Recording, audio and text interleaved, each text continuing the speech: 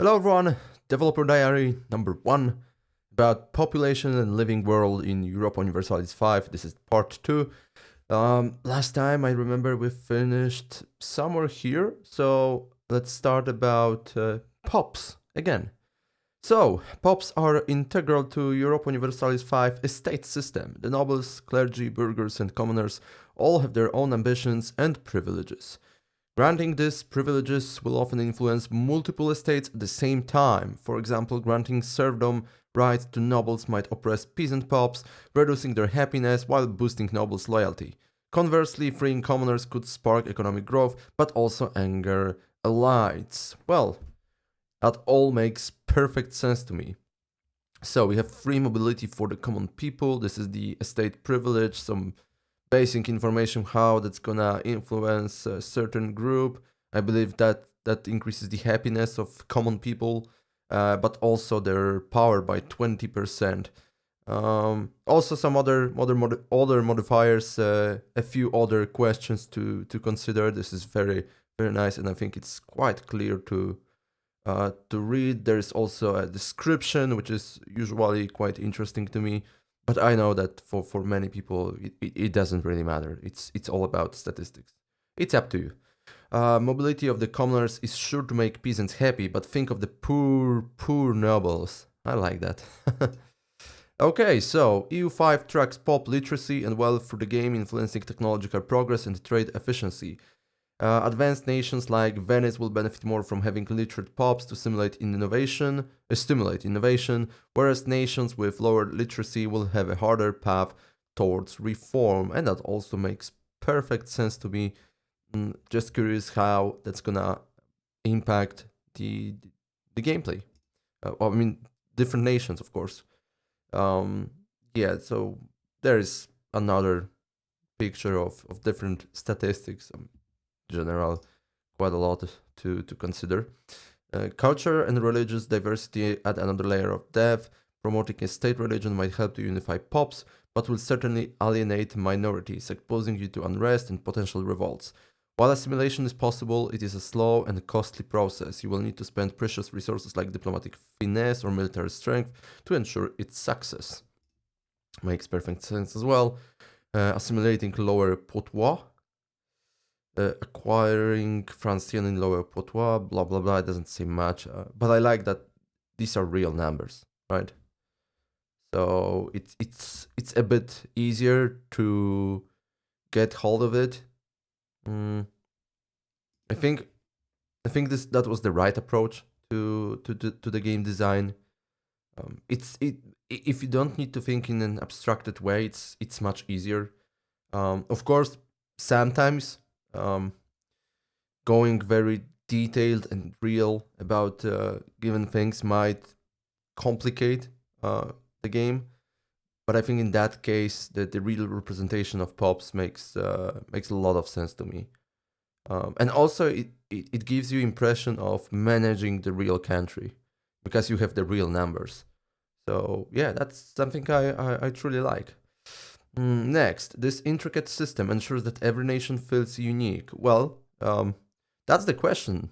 That's a very good question, by the way. Does it really feel unique?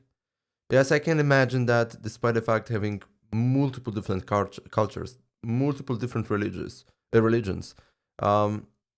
it may just give you artificial impression that it feels unique, but under the hood, it's kind of the same, right? I mean, the names are just different and values are somewhat different as well. But in general, when you play, you cannot feel that difference, right? I mean, that's the question. Is like that?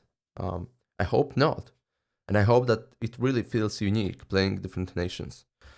After all, ruling the cosmopolitan Ottomans should be vastly different from managing the more culturally homogeneous Ashikaga shogunate. They gave two very distinct nations. We know that Ashikaga shogunate, or in general Japan, is deliberately made that way. I mean, it's completely different from European countries. Same from Ottomans as well. So I would rather ask whether there's a huge difference between, let's say, France and Brandenburg, or France and England, France, Poland, Poland, Sweden, and so on. Uh, well, we will see soon. It's 26th of October today, so how many days? Well, 9 days. Okay. Society. Here we have look at Japan. Society, cultures, blah blah blah. You can see multiple different numbers, which doesn't mean a lot to me. And here we have what? Oh, that's a Turkish culture. Fair enough. And also we have different numbers. We can compare them with Japan. Of course, they look different. Okay, the world map in Europa Universalis 5 is Paradox's most ambitious to date, meticulously crafted from historical sources and reaching from 1337 to 1837 and featuring over 1,000 playable nations. For example, the Holy Roman Empire is depicted as a myriad of tiny states, each with distinct pubs and borders, with some locations and nations as small as single cities. And now there is another question. How many of those nations are unique in flavor? I believe. How many percent? Let's assume 10 to 20% are unique, which is already a lot. But I can imagine that over time they will focus more on adding DLCs with flavors for different countries than expanding the game mechanics. I'm not sure, but from what I've seen so far, I feel like Paradox changed the approach. So now they believe that adding flavor as a DLC is more interesting for the players than expanding already quite complex mechanics. So I guess that the very first few DLCs will be focused primarily on flavor, and then they will either continue that path if they see that people like that content. So they will continue that path, and then they will expand or fix the mechanics in the game just by publishing free updates and patches, and that's it. So all of the DLCs will be focused primarily on flavor, which is fine. I think that the game is already highly complex. That adding flavors is more reasonable approach, more interesting, because it's the way like creating separate campaign for each and every country, which sounds very promising. On the other hand, people may get bored with the current mechanics, and for example, they will say, "Well, we missed something," but still they can add it by publishing the free patch and continue that path of adding flavors in DLCs. We will see. I can imagine that, and I think I will be totally fine. Also, I regarding Europa Universalis 4, that was somewhat weird to me that people could play different games based on how many DLCs you had. So if there's one person with multiple DLCs, all of them, the game feels different from the vanilla game. And still you play the same game, right? Like two different players, two different games because of the DLCs. So yeah, definitely if I could choose one approach, I would go the approach with the flavors. And of course we don't have mission trees like in Europa Universalis 4. So that tells me that they will actually follow the path of flavor, which is fine, as I've said. Okay, let's continue. To make this granularity possible, the map is split into approximately 30,000 detailed locations, which serve as the base building blocks of this world. These locations can be anything from rural hubs focused on food production to sprawling urban centers. And this is also the question: is it automatically generated and then they selected certain paths, certain places on the map, and they modify them manually? I mean, the most played parts of the world, and then the rest is just auto-generated, or they really put so much attention into each and every location in the game? That's an interesting question.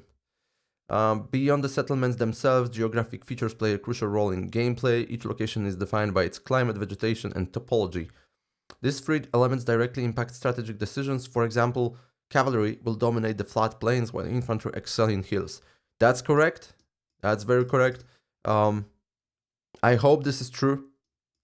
And I hope that it won't be the case that, oh, the nation has a very strong army.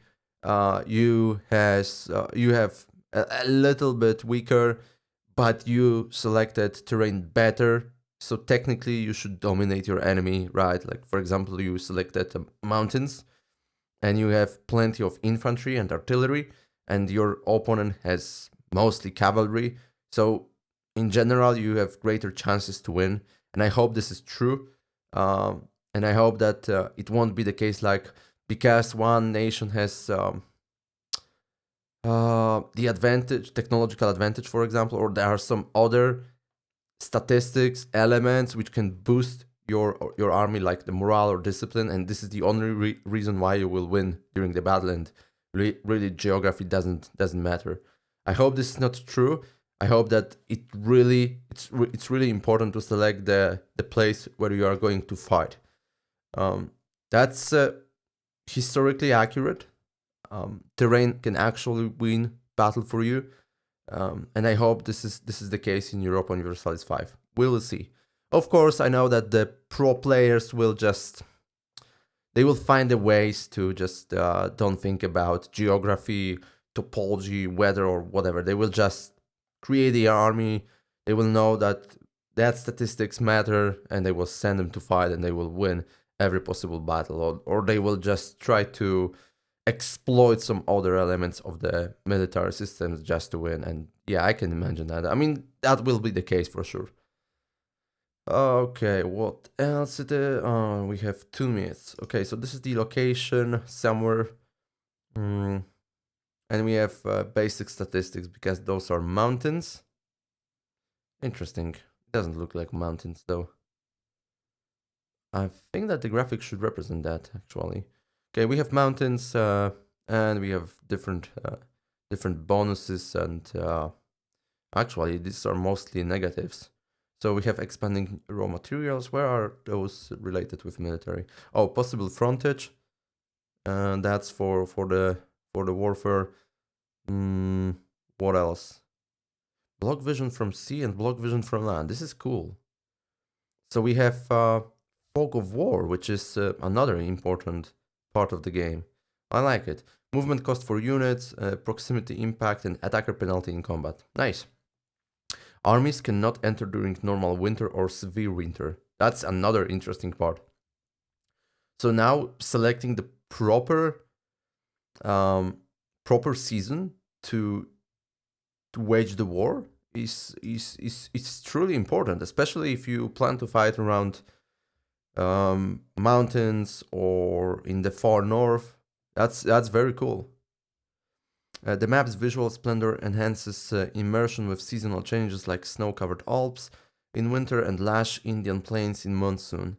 These changes are not just visual, they provide tangible game effects such as blocking army movement or disrupting production. Awesome. If that's the case, I already like that. And I hope that will really affect what you do in the military affairs. Cool.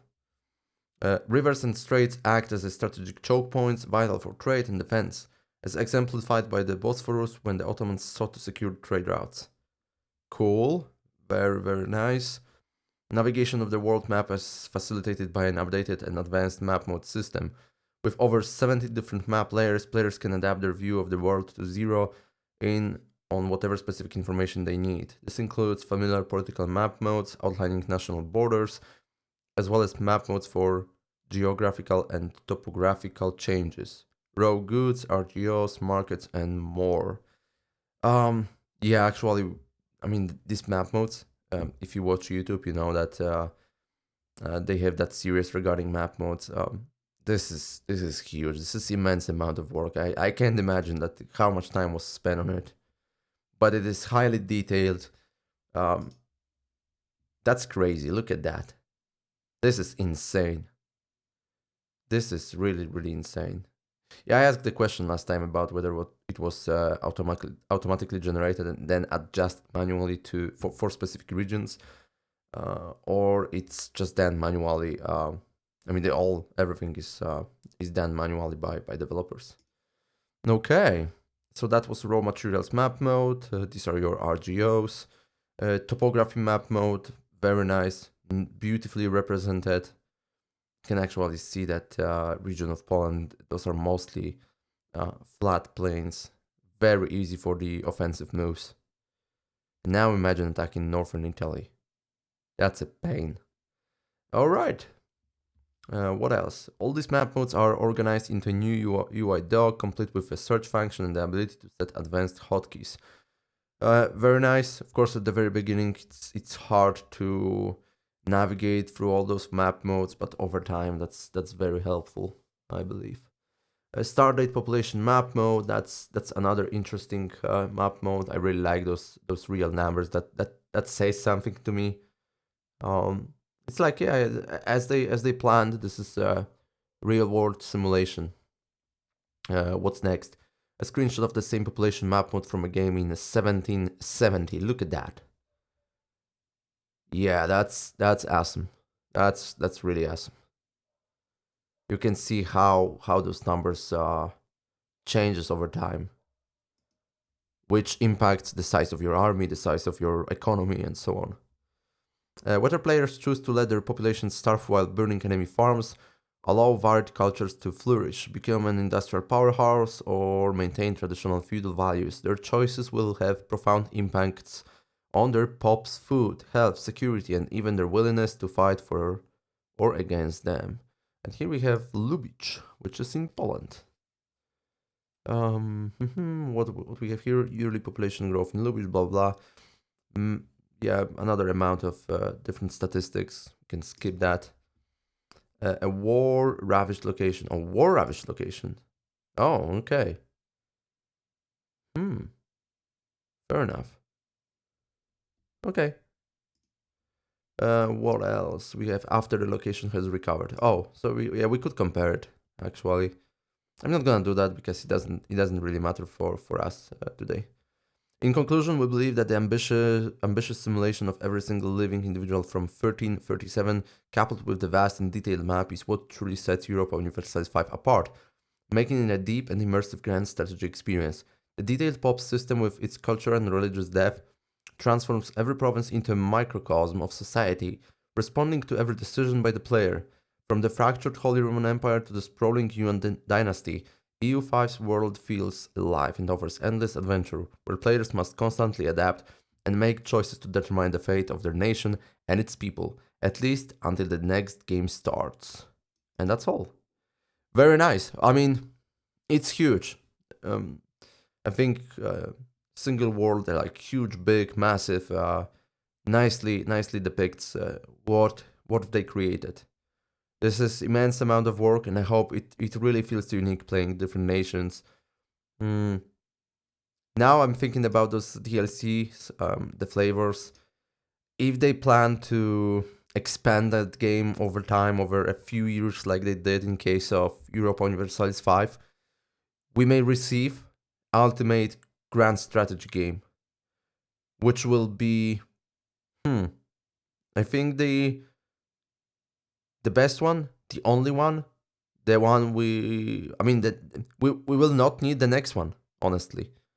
Like, you can absolutely form a beast from that game, adding multiple content, multiple flavor for each and every country, making it very, very unique. So it's highly expandable game.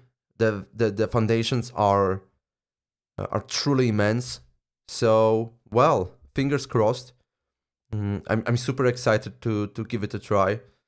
I know I will be overwhelmed by the amount of details in that game, but I also believe that it will be very satisfactory and rewarding to even make a few first steps to conquer the smallest possible country, to make a right decision or whatever. That's gonna be super interesting. and I'm really jealous that already a few people can play that game. But okay, that will be it for today. That will be it for Developer Diary number 1 about population in the living world. The next one, I think I will jump for the Developer Diary number 2. I will try to make as many of them as possible until the game gets released. So thank you very much for today, and see you next time. Goodbye.